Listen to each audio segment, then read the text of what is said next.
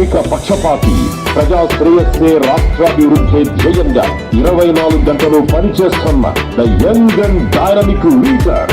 అనుకుంటే ఏదైనా సరే 100% సాధించే పొలిటికల్ సునామీ మన రేవంత్ రెడ్డి గారికి మనందరి కరతాళ ధ్వనులతో స్టాండింగ్ ఓవేషన్ ఇద్దాం. Hats off to you sir.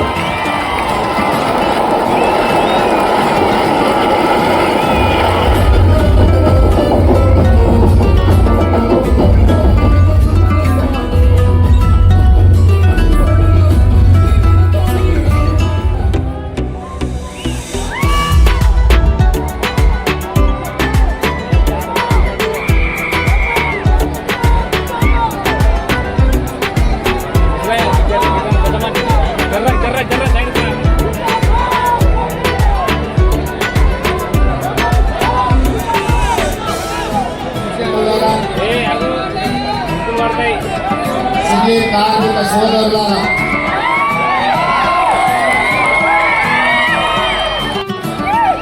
మీ పట్టుదలను పరీక్షించడానికి, మీ కార్యక్రమాన్ని వీక్షించడానికి వర్ణ దేవుడు ప్రయత్నం చేసినా వర్ణ దేవుడి ముందు మీరు నిటారుగా నిలబడి ఈనాడు ఈ కార్యక్రమాన్ని నిర్వహించి ఈ కార్యక్రమాన్ని విజయవంతం చేసినందుకు కార్మిక సోదరులందరికీ మనస్ఫూర్తిగా అభినందనలు, కృతజ్ఞతలు తెలియజేస్తున్న మిత్రులారా, ఒకనాడు తెలుగు పరిశ్రమ అంటే మదరాసి అని పిలిచే సందర్భంలో తెలుగు పరిశ్రమని ప్రోత్సహించాలి, తెలుగు పరిశ్రమను 400 సంవత్సరాల చరిత్ర కలిగిన ఈ హైదరాబాద్ నగరానికి తరలించాలి, మిమ్మల్ని అందరినీ హక్కును చేర్చుకొని గుండెల్లో పెట్టి చూసుకోవాలని ఆనాటి ముఖ్యమంత్రి డాక్టర్ నటశేఖర కృష్ణను, దర్శకేంద్రుడైన రాఘవేంద్రరావు గారిని, దాసరి నారాయణరావు గారిని, కార్మికులకు కన్న తండ్రిగా మీ సమస్యని పరిష్కరించే దాసరి నారాయణరావు గారిని లాంటి వాళ్ళని అందరినీ ఆనాడు ప్రభుత్వం సంప్రదించి హైదరాబాద్ నగరానికి తరలి రావడానికి వారు ప్రయత్నం చేసింది. కొద్ది కొద్ది కేటాయించడమే కాదు, ఆనాడు పెద్దలకు స్థలాన్ని కేటాయించి పెద్దలందరికీ కొంత సౌలభ్యాన్ని కల్పించిన సందర్భంలో డాక్టర్ ప్రభాకర్ రెడ్డి గారు కార్మికుల యొక్క ఆత్మబంధు. ఈనాడు చిత్రపురి కాలనీ వెలిసిందంటే ఇక్కడున్న కార్మిక సోదరులకు ఎంతమందికి తెలుసో తెలియదో నాకు తెలియదు, కానీ నేను చిత్ర పరిశ్రమ హైదరాబాద్ నగరానికి తరలి వచ్చిన విధానాన్ని గమనించినప్పుడు డాక్టర్ ప్రభాకర్ రెడ్డి గారు సినీ కార్మికుల కోసం మణికొండలో తన సొంత స్థలాన్ని 10 ఎకరాలను కార్మికులకు దానం చేసి కార్మిక సోదరులను ఆదుకోవడానికి తన కష్టార్జితమైన 10 ఎకరాల భూమిని డాక్టర్ ప్రభాకర్ రెడ్డి గారు కార్మికుల కోసం ఇవ్వడం జరిగింది. ఆనాడు అత్యంత చౌకగా ఆనాటి ప్రభుత్వం సినీ పరిశ్రమ పెద్దలకు స్టూడియోల కోసం స్థలాలను కేటాయించడం జరిగింది. పరిశ్రమ ప్రోత్సహించాలన్న ఆలోచనతో 1964లో ఆనాటి ప్రభుత్వం, కాంగ్రెస్ ప్రభుత్వం కార్మికులను గుర్తించాలి, సినీ పరిశ్రమలో ఉండే పెద్దల్ని గుర్తించాలి అని 1964లో నంది అవార్డు ప్రధానోత్సవ కార్యక్రమాన్ని ఏర్పాటు చేసి 60 సంవత్సరాలు పూర్తి చేసుకున్నాం. మీరు మర్చిపోవాలంటే కళాకారులు నగదు బహుమతులకి సంతోషపడరు, కళాకారులు మీరు కొట్టే చప్పట్లకు, మీకు కప్పే దుప్పట్లకు సంతోషపడతారు.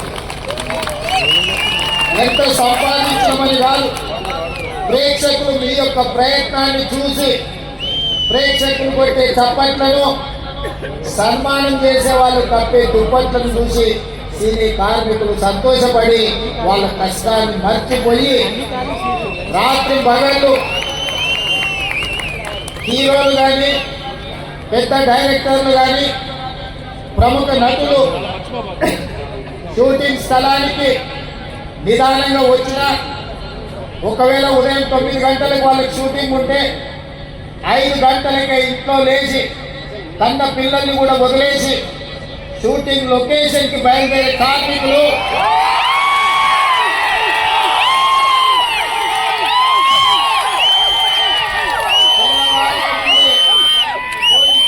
ముందే కన్న పిల్లల్ని చూసుకున్నా చూసుకోకపోయినా నిబద్ధతతో బాధ్యతతో చిత్ర పరిశ్రమకు అహర్నిశలు కృషి చేసి రాత్రి 9 గంటల వరకు షూటింగ్ ఉంటే 9 గంటలకు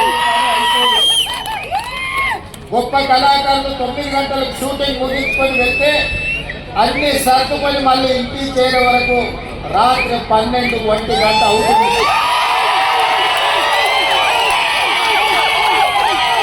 నా గురించి కొంతమంది తల్లిదండ్రులు వాళ్ళు నిద్రపోతున్నప్పుడు ఇంటికి వస్తుంటారు. మీ శ్రమ మీ కష్టం నాకు తెలుసు. మీరు పడుతున్న ఇబ్బందులు ఈ రోజు నాకు హోదా ఉండొచ్చు, దేవుడు గొప్ప అవకాశం ఇచ్చిండొచ్చు ముఖ్యమంత్రిగా, కానీ కార్మికుల యొక్క కష్టాలు తెలియనంతగా అధికారం నా కళ్ళు మూసుకోపోలేదు. అధికారం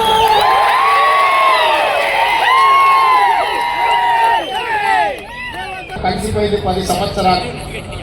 మళ్ళీ రెండవ తెలంగాణ రాష్ట్ర ముఖ్యమంత్రిగా నేను బాధ్యతలు చేపట్టిన తర్వాత మీతో ఒక సత్సంబంధాలు ఏర్పరచుకోవాలి, మీ సమస్యల్ని తెలుసుకోవాలని మిత్రుడు నిర్మాత దిల్ రాజు గారిని ఫిలిం డెవలప్మెంట్ గ్రామీణ ప్రాంతం నుంచి కష్టపడి పైకి వచ్చినవాడు కార్మికుల కష్టాలు తెలుసుకొని రాష్ట్ర ప్రభుత్వానికి వారధిగా ప్రయత్నం చేస్తాడు, వారధిగా ఉంటాడు అని వారిని నియమించడం జరిగింది. పేరు పెట్టి 10 సంవత్సరాలు ఆగిపోయిన గద్దర్ ఫిల్మ్ అవార్డ్స్ ని గొప్పగా నిర్వహించడం ద్వారా ఈ దేశంలోనే పరిశ్రమకు ఆదర్శంగా నిలబడే ప్రయత్నం చేశాం. మిత్రులారా, ఆనాడు మీ శ్రమతో నంది అవార్డులు సాధించడమే గొప్ప అనుకున్నాం. కానీ మీ శ్రమ వల్ల హైదరాబాద్ నగరంలో విస్తరించిన తెలుగు సినీ పరిశ్రమ నంది అవార్డులు కాదు, ప్రపంచంలోనే గొప్ప అవార్డైన ఆస్కార్ అవార్డులకు ఈరోజు పొందింది. అంటే సభలో డైరెక్టర్లు నటులే కాదు, దాని వెనుక నిరంతర శ్రమ ఉన్న ఈ కార్మికుల యొక్క శ్రమ ఉన్నది. ఈ రక్తాన్ని చెమటగా మార్చి దారపోసి షూటింగ్ లో ఫైటర్స్ ప్రాణాలు వదులుకుంటే ఈనాడు ఆస్కార్ అవార్డులు రావడం జరిగింది. ఈనాడు తెర మీద మీరు కనిపించరు, 2.5 గంటలు తెర మీద కనిపించే రంగుల రాట్నం, దాని వెనకాల ఉన్న మీ కన్నీటి చరిత్ర ఉన్నది, ఆ శ్రమ ఉన్నది. ఈనాడు మహిళా కార్మికులు కూడా తమ జీవితాన్ని సర్వాన్ని త్యాగం చేసి ఈనాడు సినీ పరిశ్రమను నిలబెట్టడానికి ప్రయత్నాలు చేస్తున్నారు.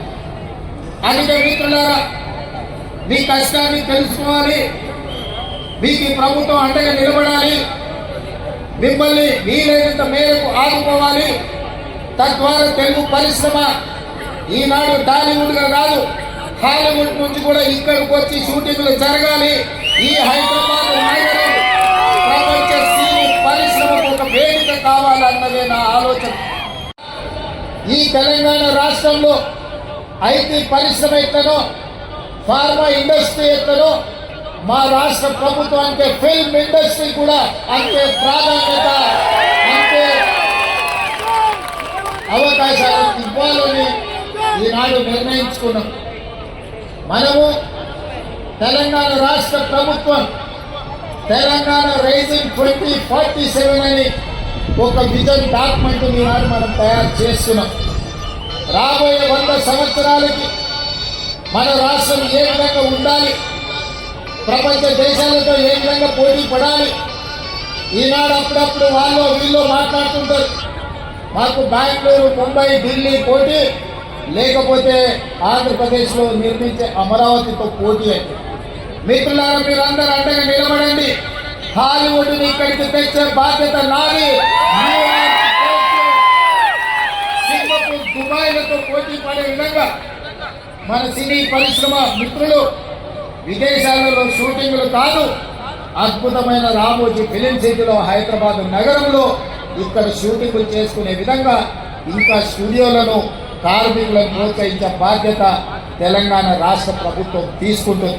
అందుకే మిత్రులారా, ఈనాడు తెలంగాణ రైజింగ్ 2047లో మీకు ఏ విధంగా అయితే ఐటీ పరిశ్రమకు ఒక చాప్టర్, ఫార్మా ఇండస్ట్రీకి ఇంకొక చాప్టర్, ఎడ్యుకేషన్ ఎంప్లాయ్మెంట్కి ఒక చాప్టర్, హెల్త్కి ఒక చాప్టర్ ఎట్లయితే ఉందో, ఫిల్మ్ ఇండస్ట్రీ కోసం కూడా ఒక చాప్టర్ పెడతాం. ఫిల్మ్ ఇండస్ట్రీని అభివృద్ధి చేసి ఈనాడు కొత్తగా మనం నిర్మించుకోబోయే శంషాబాద్ ఎయిర్పోర్ట్ కూతవేటు దూరంలో 30,000 ఎకరాలలో భారత్ ఫ్యూచర్ సిటీని నిర్మించుకోబోతున్నాం మనం. ఏ విధంగా అయితే హైదరాబాద్లో చిత్రపురి కాలనీ, ఫిలిం నగర్, కృష్ణానగర్ వెలిసినాయో, ఖచ్చితంగా మీకు అందరికీ భారత్ ఫ్యూచర్ సిటీలో మీ పాత్రను మీకు